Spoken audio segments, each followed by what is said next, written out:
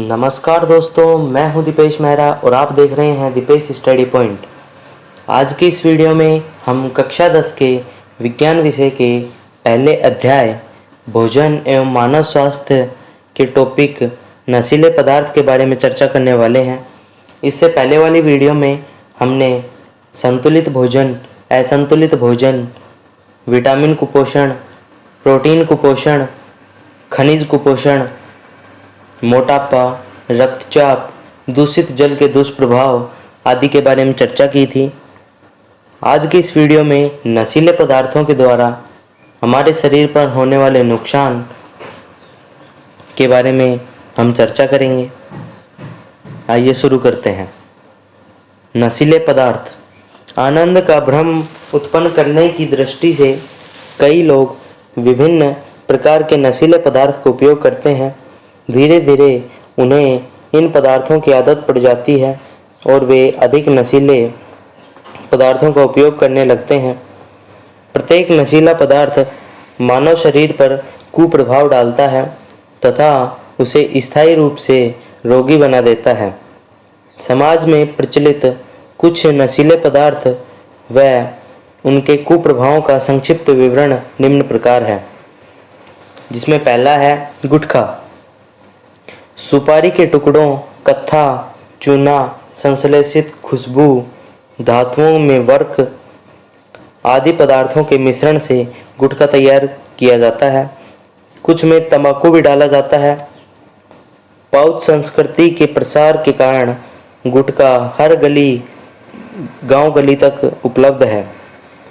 महिलाएं और बच्चे भी इसका प्रयोग खुलकर करने लगे हैं। गुटखे के प्रयोग से आर्थिक हानि के साथ साथ शारीरिक नुकसान भी होता है। जबड़े की मांसपेशियां कठोर हो जाने से जबड़ा ठीक से खुलता नहीं है। ऐसा सब म्यूकस फाइब्रोसिस रोग के कारण होता है। संश्लेषित पदार्थों में से कई कैंसरजन होने की भी संभावना होती है। दोस्तों, यहाँ पे सब म्यूकस फाइब्रोसिस रोग के बारे में बताया गया है, जो कि मोस्ट इम्पोर्टेंट है। आगे एक प्रश्न भी बनेगा कि गुटखा खाने से कौन सा रोग होता है या उसके लक्षण बताइए और उस रोग के लक्षण बताइए। तो आप इसे याद करेंगे कि सब म्यूकस फाइब्रोसिस रोग के कारण जबड़ा ठीक से खुलता नहीं है, जबड़े की मांसपेशियां कठोर हो जाती हैं। इसके पश्चात आता है तंबाकू। तंबाकू पादप निकोटियाना टोबैकम कुल सोलेनेसी की पत्तियों से प्राप्त किया जाता है।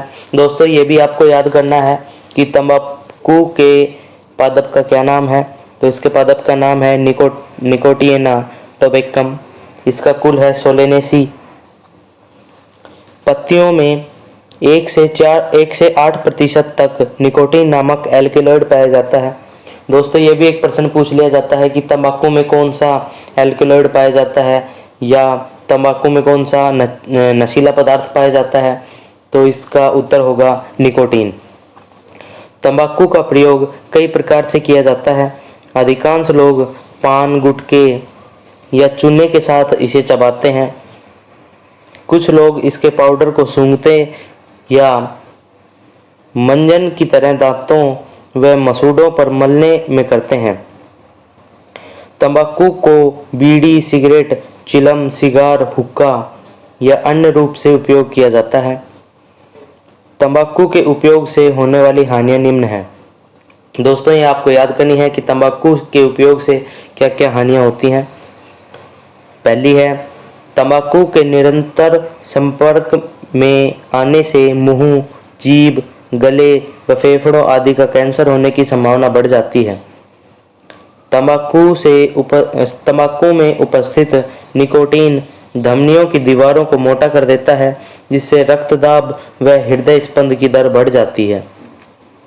गर्भवती महिलाओं द्वारा तंबाकू का सेवन करने पर भ्रूण विकास की गति मंद पड़ जाती है। सिगरेट के धुएं में उपस्थित कार्बन मोनोऑक्साइड लाल रुधिर कणिकाओं को नष्ट कर रुधिर की ऑक्सीजन परिवहन की क्षमता कम कर देती है। सिगरेट, बीड़ी आदि के दुष्प्रभाव उसका सेवन करने वाले के साथ पास में बैठने वाले पर भी पड़ते हैं, क्योंकि वातावरण में फैला निकोटीन युक्त धुआं हवा के साथ उसके फेफड़ों में भी पहुंचता है। दोस्तों, ये यहाँ पे निकोटीन शब्द बार बार प्रयोग किया जा रहा है। निकोटीन एक नशीला पदार्थ है जो हमारे शरीर को हानि पहुंचाता है। यही कारण है कि कानून बनाकर सार्वजनिक स्थानों पर धूम्रपान पर रोक लगा दी गई है। प्राप्त जानकारी के अनुसार विश्व में प्रतिवर्ष 60 लाख से ज़्यादा लोग तंबाकू का सेवन करने के कारण असामयिक मौत का शिकार हो जाते हैं। इनमें से लगभग 50 लाख तंबाकू के प्रत्यक्ष सेवन से तथा 10 लाख की मृत्यु अप्रत्यक्ष सेवन से होती है। इसके पश्चात आता है मदिरा, जिसे अंग्रेजी में अल्कोहल कहते हैं। मदिरा कई प्रकार से बनाई जाती है, मगर सभी में नशे का कारण एक ही पदार्थ एथिल अल्कोहल होता है। दोस्तों, यह भी प्रश्न बनता है कि मदिरा में नशा किस कारण से होता है या किस पदार्थ के कारण होता है, तो इसका उत्तर होगा एथिल अल्कोहल। एथिल अल्कोहल का सूत्र होता है C2H5OH, जो कि यहाँ पे कोष्टक में दर्शाया गया है। तो आपको ये याद करना है कि C2H5OH एथिल अल्कोहल होता है, जो कि मदिरा में एक नशीले पदार्थ के रूप में प्रयुक्त किया जाता है। विभिन्न प्रकार की मदिराओं में इसका प्रतिशत भिन्न होता है।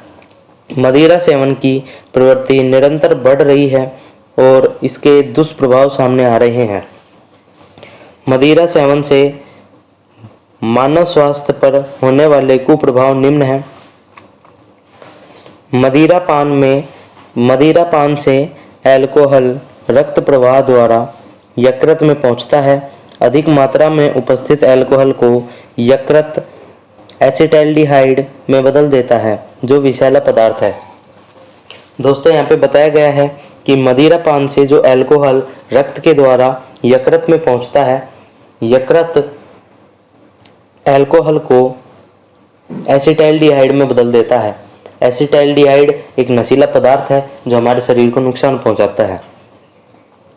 अल्कोहल के प्रभाव से व्यक्ति के शरीर का सामंजस्य व नियंत्रण कमजोर हो जाता है, जिससे कार्य क्षमता क्षीण होती है, दुर्घटना की संभावना बढ़ जाती है। नेक्स्ट है, अल्कोहल से स्मरण क्षमता में कमी आती है तथा तंत्रिका तंत्र प्रभावित होता है। इसके प्रभाव से वसीय यकृत रोग हो जाता है, जिससे प्रोटीन व कार्बोहाइड्रेट संश्लेषण पर प्रभाव पड़ता है। दोस्तों, यह भी इम्पोर्टेंट है कि यकृत या वसीय यकृत रोग किसके कारण होता है, तो इसका उत्तर होगा मदिरा सेवन के कारण वसीय यकृत रोग होता है। ये हमें आगे देखने को मिलेगा ये प्रश्न।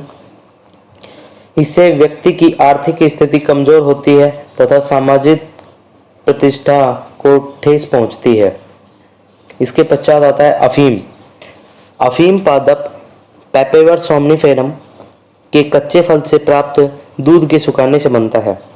दोस्तों, यहाँ पे अफीम के पादप का वैज्ञानिक नाम दर्शाया गया है, जो आपको याद करना है।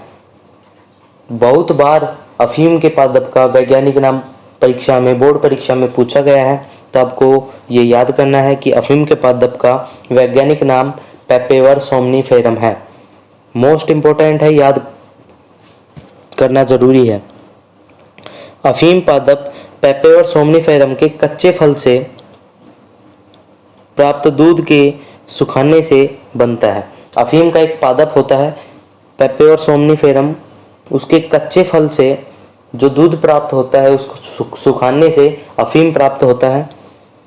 दूध में लगभग 30 प्रकार के एल्केलॉइड्स पाए जाते हैं, अर्थात 30 प्रकार के नशीले पदार्थ पाए जाते हैं। इनमें से मार्फिन, कोडीन, निकोटीन, सोमनिफेरिन, पेपेवरिन प्रमुख हैं। दोस्तों, ये भी आपको याद रखने हैं कि अफीम में कौन कौन से एल्केलॉइड्स पाए जाते हैं। जिसमें मार्फिन, कोडीन, निकोटीन, सोमनिफेरिन, पेपेरिन प्रमुख हैं। मार्फिन व कोडीन का प्रयोग दर्द निवारक दवा बनाने हेतु किया जाता है। इस कारण इसकी खेती की जाती है। शांति व आनंद की अनुभूति प्राप्त करने के लिए अफीम या उससे बने नशीले पदार्थ हेरोइन का उपयोग कई लोगों द्वारा किया जाता है। ग्रामीण क्षेत्रों में गम या खुशी के अवसरों पर अफीम की मनोहार करने की प्रथा आज भी है।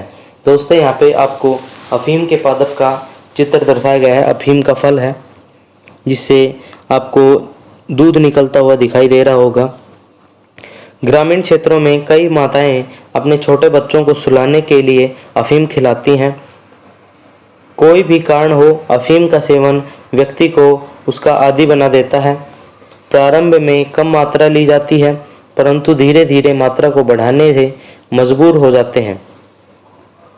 अफीम के डोडे, जिसे फल भित्ती कहते हैं, अफीम के फल भित्ती उबालकर पीने की लत भी बहुत लोगों में होती है। प्रतिरोधक क्षमता कम हो जाने से व्यक्ति बार बार बीमार रहने लगता है। अंत में असामयिक मृत्यु हो जाती है। डॉक्टर या स्वयंसेवी संस्थाओं की मदद से इससे छुटकारा पाया जा सकता है। इसके पश्चात आता है अन्य नशीले पदार्थ। कोकीन, भांग, चरस, गांजा, हशीश, LSD आदि अन्य पदार्थ भी मादक पदार्थों के रूप में प्रचलन में हैं। युवा इसका प्रयोग विभिन्न कारणों से कर बैठते हैं या चुंगल में फंस जाते हैं।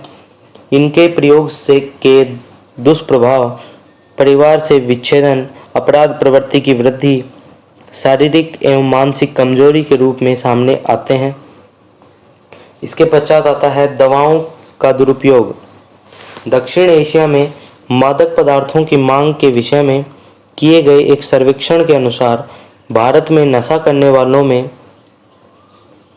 42% शराब, 20% अफीम, 30% हेरोइन और 6% गांजा तथा 18% से अधिक लोग अन्य प्रकार के नशों के आदी हैं। रिपोर्ट के अनुसार डॉक्टर के पर्चे पर मिलने वाली दवाओं जैसे मार्फिन, पैथेडीन, ब्यूप्रीनोर्फिन, प्रोपोक्सिफिन, नाइट्राजिपाम, डाइजिपाम का उपयोग नशे के लिए बढ़ा है। स्मैक का प्रयोग भी बढ़ा है। पंजाब, राजस्थान, मध्य प्रदेश, उत्तर प्रदेश और गुजरात में अफीम का पारंपरिक सेवन जारी है। वहीं पूर्वोत्तर राज्यों में हेरोइन का इंजेक्शन लेने का चलन है।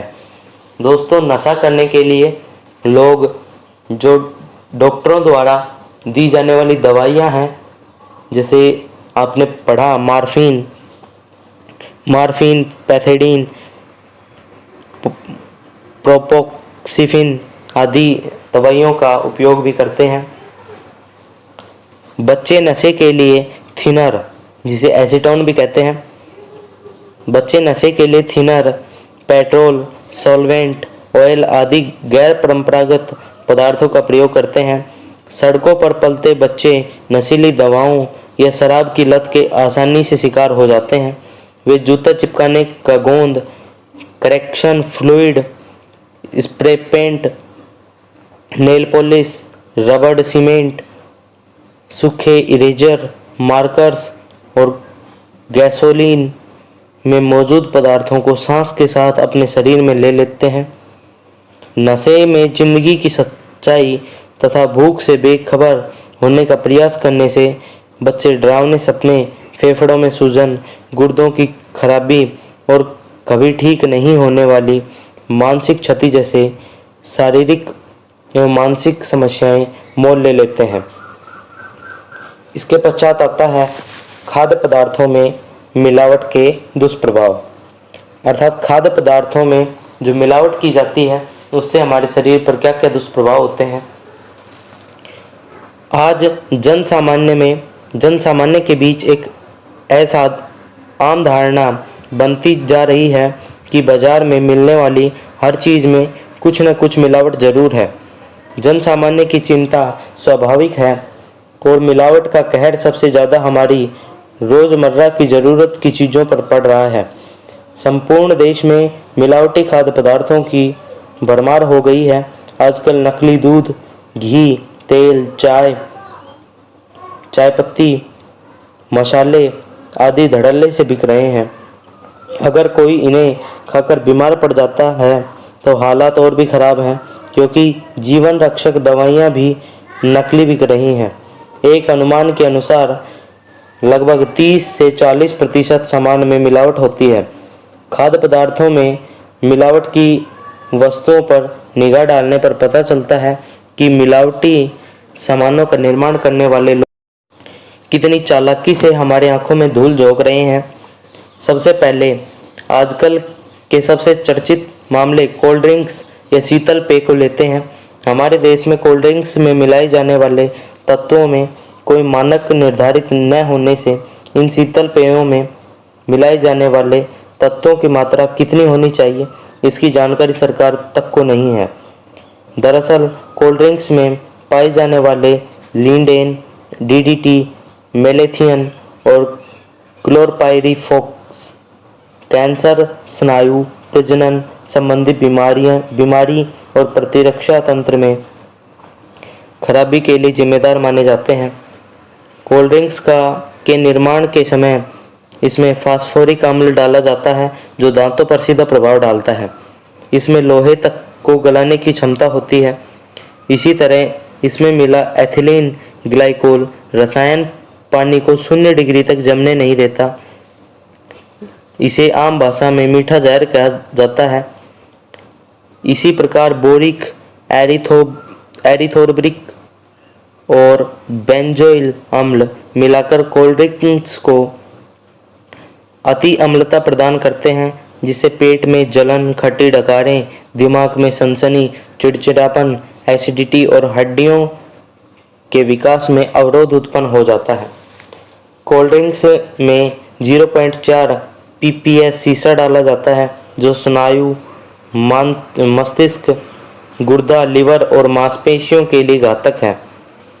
इसमें मिली कैफीन की मात्रा अनिद्रा और सिरदर्द की समस्या उत्पन्न करती है। आजकल दूध भी स्वास्थ्यवर्धक द्रव न होकर मात्र मिलावटी तत्वों का नमूना होकर रह गया है, जिसके प्रयोग से लाभ कम, हानियाँ ज़्यादा हैं। हालात यह है कि लोग दूध के नाम पर urea, detergent, soda, poster colour और रिफाइंड तेल पी रहे हैं।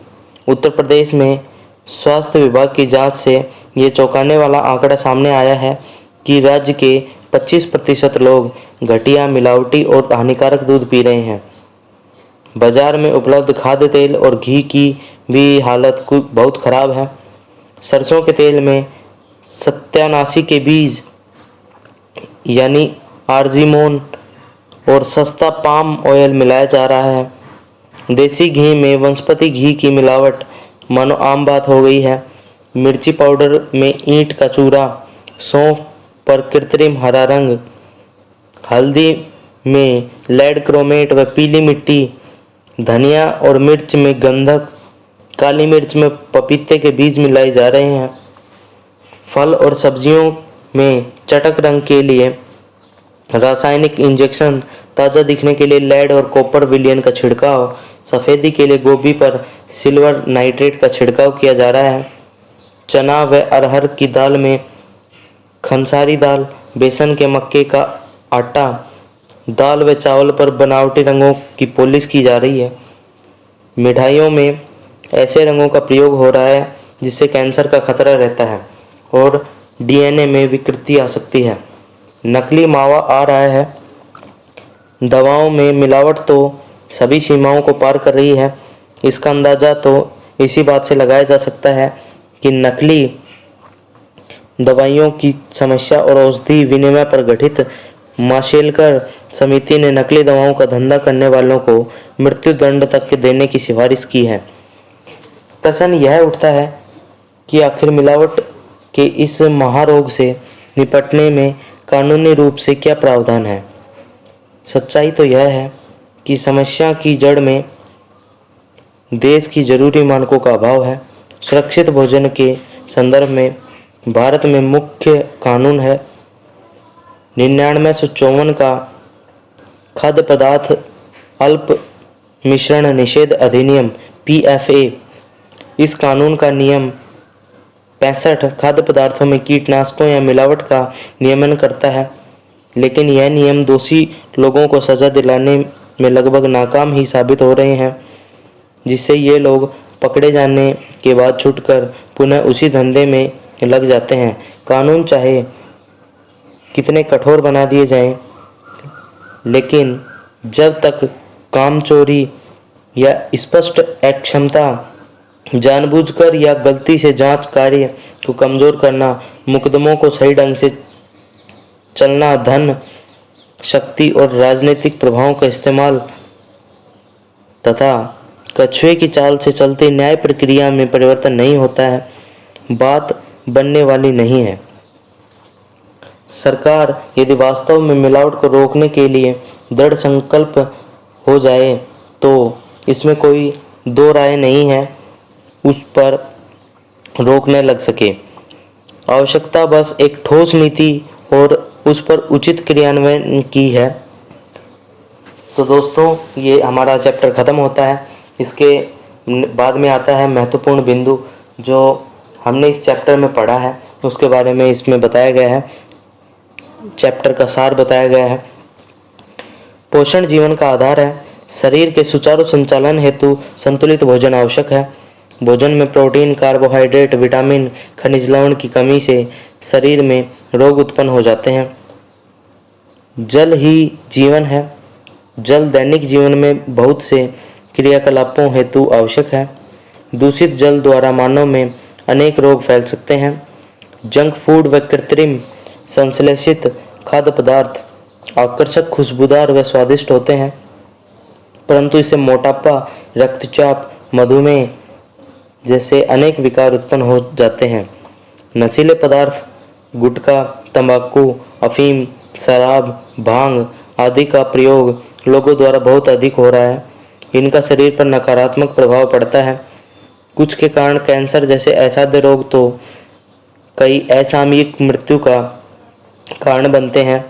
बाजार में बिकने वाली अधिकांश खाद्य सामग्री में मिलावट होती है, फिर भी हम लगातार इन्हें उपयोग में ले रहे हैं, जिससे हमारे शरीर पर कई हानिकारक प्रभाव पड़ रहे हैं। तो दोस्तों, आज के वीडियो में इतना ही। नेक्स्ट वीडियो में हम इस अध्याय के प्रश्न उत्तर देखेंगे। तो दोस्तों, कैसी लगी है आपको वीडियो? यदि अच्छी लगी हो तो लाइक कीजिए, शेयर कीजिए। यदि चैनल को सब्सक्राइब नहीं किया है तो सब्सक्राइब कीजिए, जिससे आने वाली वीडियोज़ की नोटिफिकेशन आपको मिलती रहे। धन्यवाद।